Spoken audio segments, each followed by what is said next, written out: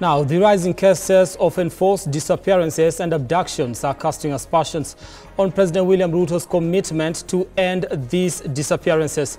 Members of the public and elected leaders calling on those in authority to provide even the slightest bit of information that will put families at ease.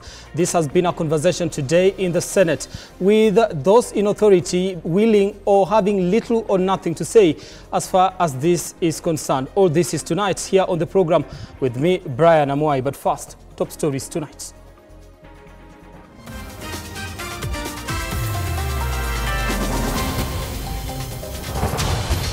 The 8 consignments which we sampled on a surveillance basis, and they failed the results. Tonight on Evening Edition, a Trade and Industrialization Senate Committee is told that Kenyans might have consumed substandard edible oil for the past 12 months. It is a cardinal principle. President William Ruto maintains the need for the National Police Service to remain independent from intimidation, manipulation and blackmail as he swears in Douglas Kanja as the new Inspector General of Police. Also tonight, the fate of Deputy Inspector General of Police Gilbert Masengeli now rests with Judge Lawrence Mugambi as he prepares for sentencing directions with a 6-month jail term starting Friday. We cannot carry out public participation. We needed only 20 million. We don't have that. And Controller of Budget Margaret Nyakango raises alarm over unconstitutionality of the budget-making process, stating that her office has no role in correcting these discrepancies.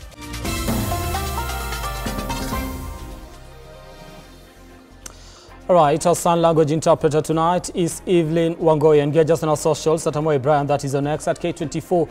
Across the social media platforms, we'll be sampling your feedback as we continue with the program tonight. Now let's begin. Kenyans might have consumed substandard edible oil over the last 12 months. Now, the revelations came during a Senate Trade and Industrialization Committee session where KEBS termed the imported edible oil that were tested as unfit for human consumption. Kenyans being left to consume substandard products seems to be the new norm. Millions may have ingested substandard edible oil imported between May and November of last year, according to a report by KEBS tabled before the Senate Committee on Trade. During this period, 73 consignments were imported, with 44 approved for sale to the public, having had the certificate of conformity. Where it is written approved, it means the consignment got into the country and was approved as per the certificate of conformity that accompanied the consignment. However, in a surprising turn of events, the Kenya Bureau of Standards revealed that it tested 8 out of the 44 approved consignments for surveillance purposes and found them unfit for human consumption. Number 2 on that same Annex 2 is written rejected. Number 13 is rejected. Number 37 is rejected. Number 68 to 71 is rejected.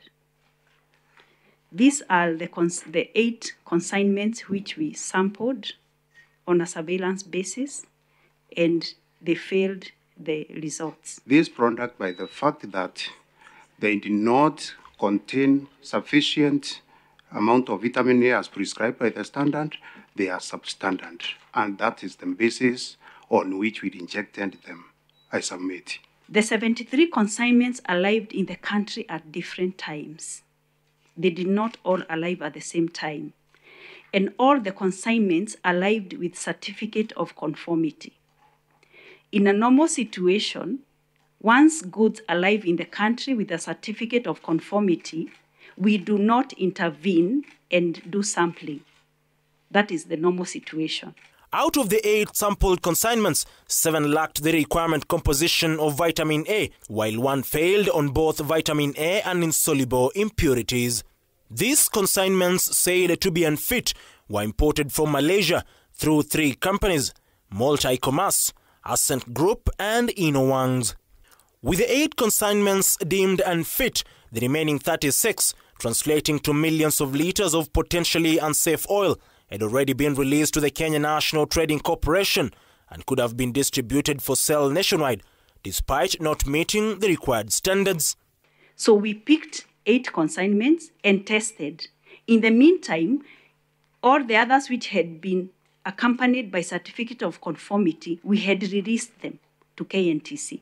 However, Ngari stated that the authority did notify KNTC after conducting the tests. We communicated to KNTC on the rejection of the consignments that failed based on the test reports that we did. Besides writing a letter to SGS, what action did you take to make sure that these goods are not released to the community?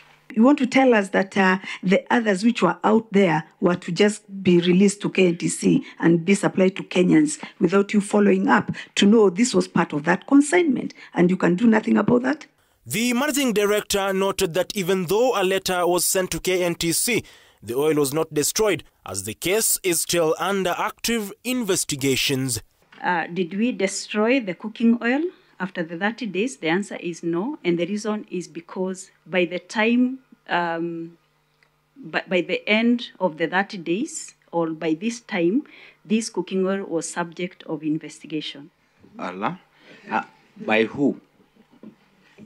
There were already investigations going on by DCI. In what appears to be a recurring trend, months after farmers were sold substandard fertilizer, millions of Kenyans might have consumed at least 20 million litres of substandard edible oil.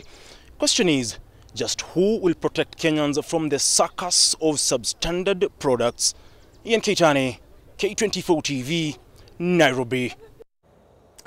Now, Douglas Kanja is the new Inspector General of Police following his oath-taking and installation ceremonies that took place today at the Supreme Court and State House, respectively. Kanja's installation follows his appointment by President William Ruto and the gazettement of his name after his appointment was approved by the National Assembly after the vetting process. Now, Kanja assumes office amid concerns of the National Police Service becoming rogue, even as President Ruto reiterated that all Kenyans were subjected to the rule of law in his speech at State House, Nairobi. Timothy Simwa now reports.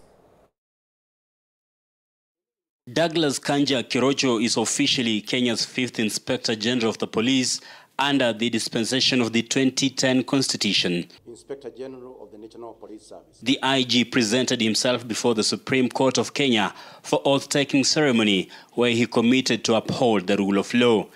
In attendance was the Chief Justice Martha Koome, senior judicial and police officers. The short ceremony was then followed by an installation event at State House, Nairobi, led by President William Ruto. I am very confident of your leadership capabilities.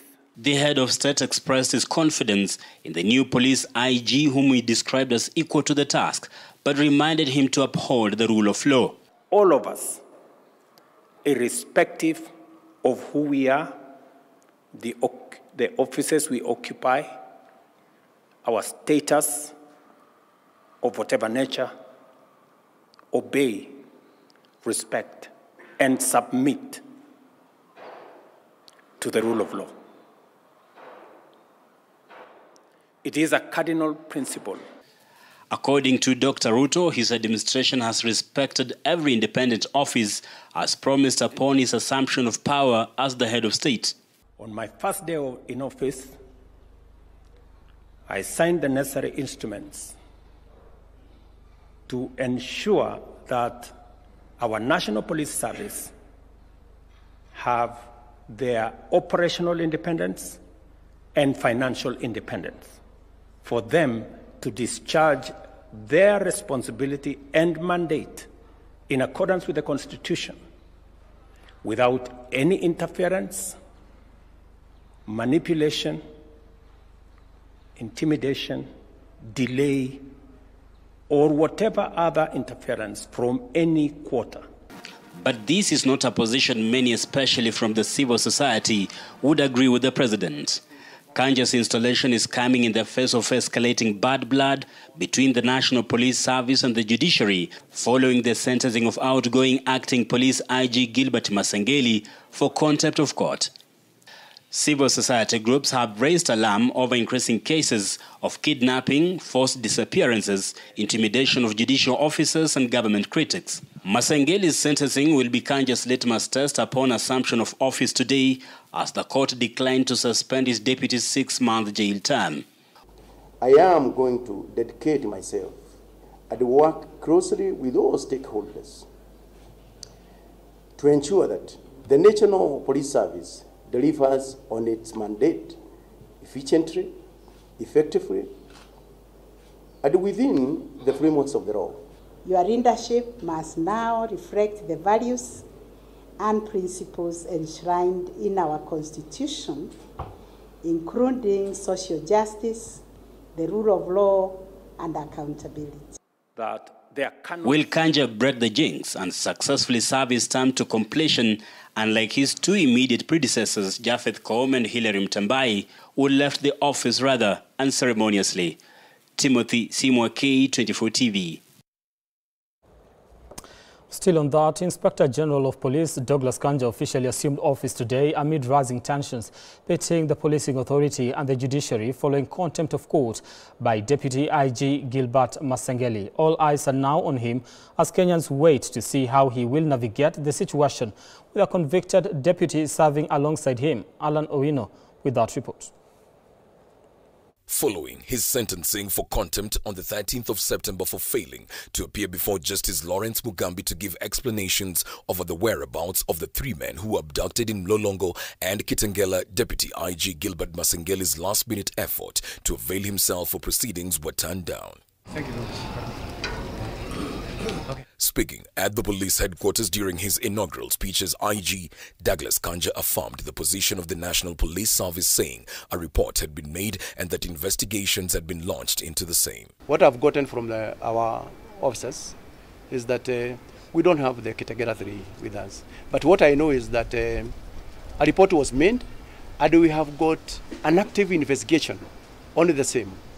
And we're also urging the people of Kenya, people of goodwill, anybody with any information can still be able to come forward and probably provide us with some more information. Accompanying the IG was DCI boss Amin Mohammed, who reiterated that the NPS was in no way involved in the abductions, assuring Kenyans that those found culpable upon completion of investigations would be dealt with decisively. When we talk about abductions, ladies and gentlemen, abduction is a penal code offense.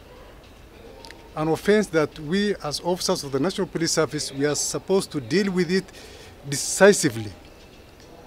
Investigate, profile, and take the perpetrators or whoever is involved in abduction before court. It is unfortunate that we have received a lot of complaints regarding abductions.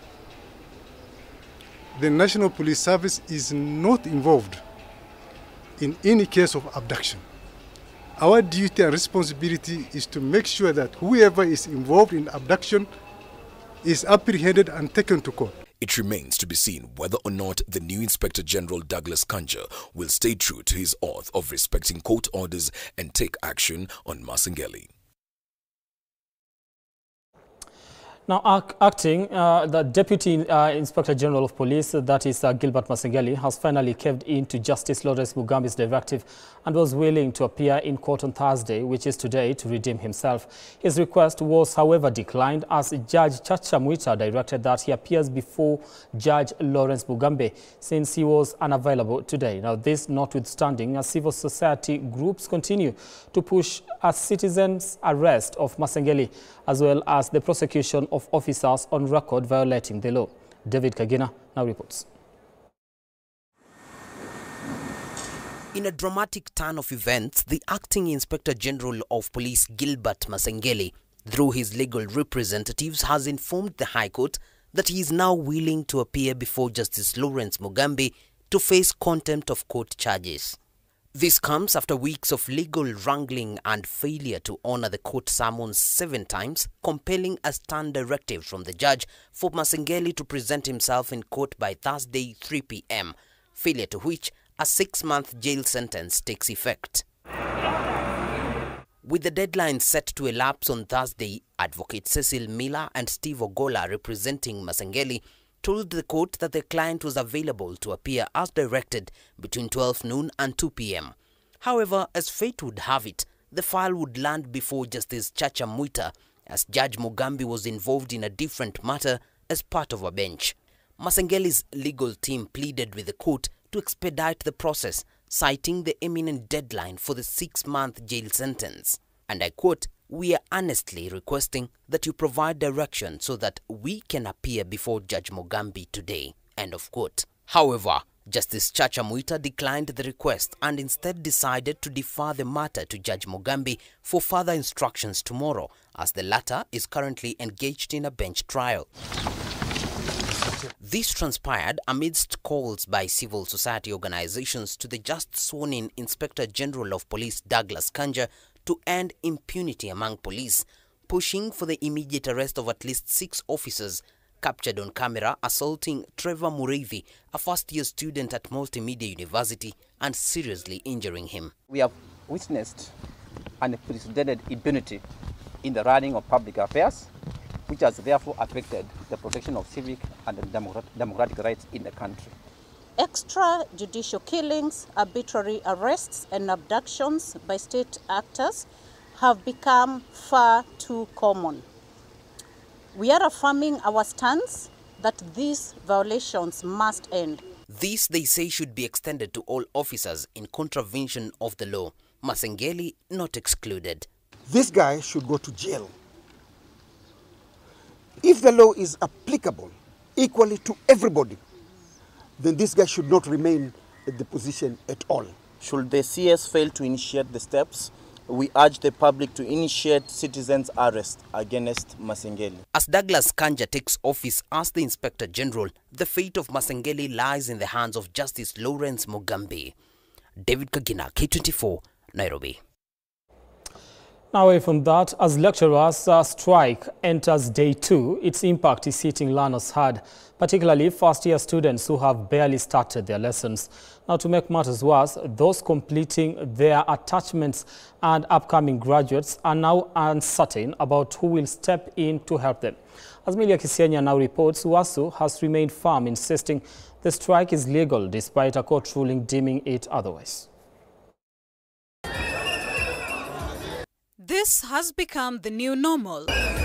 2 major strikes by the teaching staff and a suspended one by students, all within less than a month, painting a picture of a sector in turmoil. It's day 2 of the lecturers' mass industrial action. A quick check at the Technical University of Kenya reveals empty classrooms, and it's clear that this situation will persist until the demands are met. As the strike continues, university students share their frustrations. For Celia Mbeta, a first-year student at TUK, the reality is bleak. Sally looks hopeless and devastated.